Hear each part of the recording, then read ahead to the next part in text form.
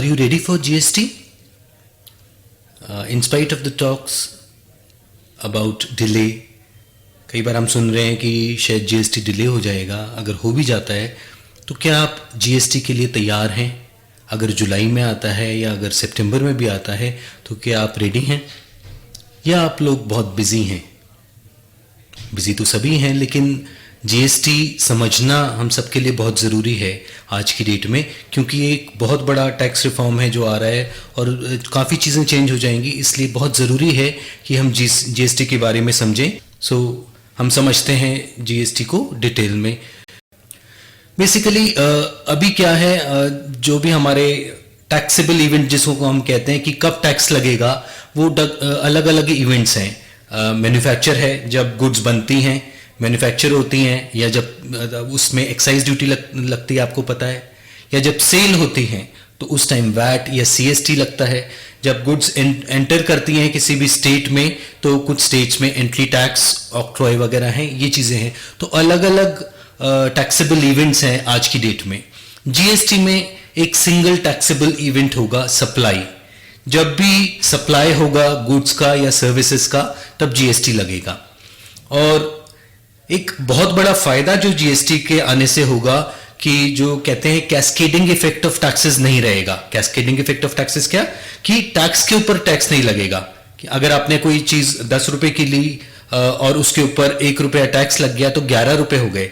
और 11 के ऊपर अगर जो समझ लीजिए हमने पहले एक्साइज ड्यूटी लगा दी, उसके बाद वैट लगाना है, तो 11 रुपए के ऊपर वैट अब लगता था आज के सिनेरियो में.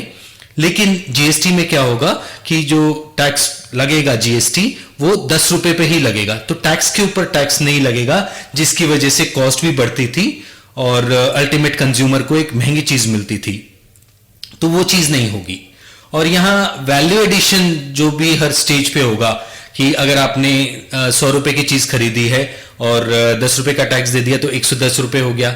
अब 110 में अगर 100 रुपए में आपकी वैल्यू एडिशन 25 रुपए है तो आप 125 रुपए टैक्स चार्ज करेंगे, और उसमें जो 100 रुपए के ऊपर आपने टैक्स दिया हुआ है वो लेस हो जाएगा. तो बेसिकली 25 रुपए पे और टैक्स लगेगा. तो इस तरह से करते हुए जब फाइनल कंज्यूमर के पास कमोडिटी पहुंचेगी तो उसको बेसिक रेट जो हमारा 100 रुपए था, या जितना भी आपकी वैल्यू एडिशन होके लेट से 150 रुपए हो जाती है, तो उस 150 के ऊपर टैक्स देना पड़ेगा. तो ये एक बहुत अच्छी चीज है जो GST में होने जा रही है.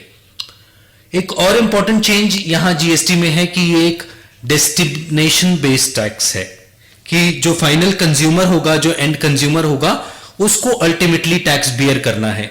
बाकी जितने भी लोग चेन में हैं, होलसेलर है, प्रोड्यूसर है, रिटेलर हो सकता है, ये सब इनपुट क्रेडिट लेते जाएंगे, जो भी टैक्सेस देंगे उसका बेनिफिट आगे लेते जाएंगे, जो चार्ज करेंगे उससे वो लेस हो जाएगा जो उन्होंने पे किया है. तो फाइनल कंज्यूमर को ही बियर करना है टैक्स. और आपको पता है कि अभी हमारे को जो प्रेजेंट टैक्सेशन सिनेरियो है, वहां कई तरह के टैक्सेस देने पड़ते हैं. कई बार एक ही चीज के ऊपर हमें अलग अलग टैक्सेस देने पड़ते हैं. जैसे अभी अगर आप रेस्टोरेंट में जाते हैं खाना खाने, तो अगर एयर कंडीशनर रेस्टोरेंट है तो वहां आपको सर्विस टैक्स भी देना पड़ता है, क्योंकि वो कहते हैं कि AC सर्विस है, जो आपको वहां सहूलियत मिल रही है AC की, वो एक सर्विस है.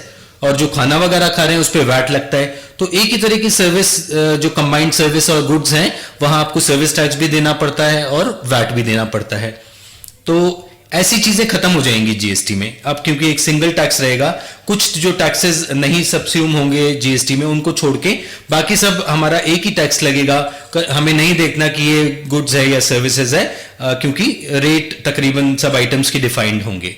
और क्योंकि हम इनपुट टैक्स क्रेडिट ले पाएंगे, जो हमने टैक्स अपने सप्लायर को पे किया है उसका बेनिफिट हम ले पाएंगे, जो हम चार्ज करेंगे आगे टैक्स अपने कंज्यूमर से. तो इसकी वजह से टैक्स बर्डन कम होगा और इसकी वजह से प्रॉफिटेबिलिटी भी हमारी बढ़ेगी. अब कौन कौन से टैक्स हमारे GST के अंदर आ गए हैं, मतलब जो खत्म हो गए हैं टैक्सेस, और अब जिनकी जगह पे GST लगेगा. तो कुछ तो हमारे सेंट्रल टैक्सेस हैं, जैसे CST, excise duty, service tax, counter wheeling duty जो अब इंपोर्ट करते हैं गुड्स उसके ऊपर, और सेंट्रल सरचार्जेस एंड सेस. ये सारे अब खत्म हो जाएंगे और इनकी जगह जीएसटी आ जाएगा। इसी तरह से जो हमारे डिफरेंट स्टेट्स हैं, चाहे वो दिल्ली हो, चाहे हरियाणा हो, चाहे वेस्ट बंगाल हो, वहां आपको वैट अभी देना पड़ता है, लग्जरी टैक्स देना पड़ता है, entertainment tax, taxes on lottery, octroi, entry tax, purchase tax, special additional duty in the case of again imports.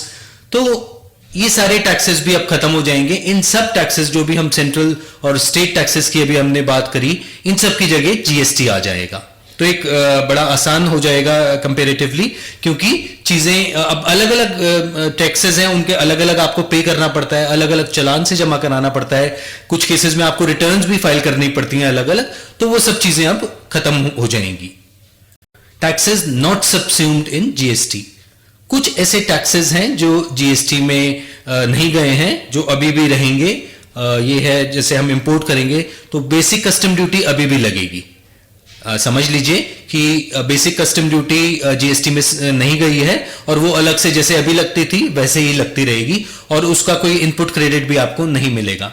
उसी तरह से अगर आप कोई प्रॉपर्टी की सेल परचेज करते हैं तो स्टैम्प ड्यूटी जो आप देते हैं वो अभी भी लगती रहेगी, क्योंकि वो स्टेट का सब्जेक्ट है। प्रॉपर्टी टैक्सेस वगैरह जो म्यूनिसिपैलिटी का आप देते हैं वो लगता रहेगा। इसी तरह से टोल टैक्स अगर आप पे करते हैं या इलेक्ट्रिसिटी आप यूज करते हैं, डेफिनेटली करते ही होंगे, तो इलेक्ट्रिसिटी ड्यूटी वगैरह वो ऐसे ही चलती रहेंगी। ये टैक्सेस अभी रहेंगे, ये नहीं जीएसटी के अंदर अभी शामिल हो पाए हैं।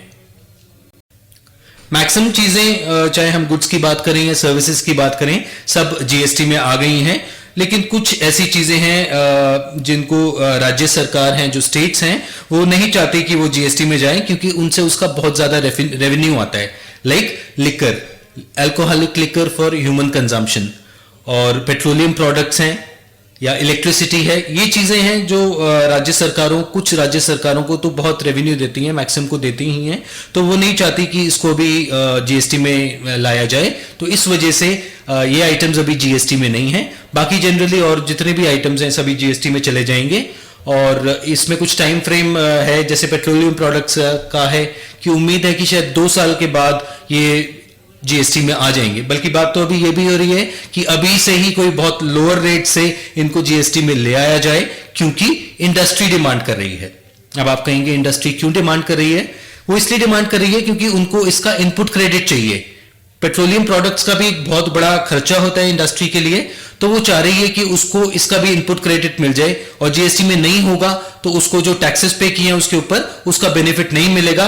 वो एक कॉस्ट का पार्ट हो जाएगा, और कंज्यूमर के लिए भी टू दैट एक्सटेंट वो उसकी कॉस्ट बढ़ जाएगी।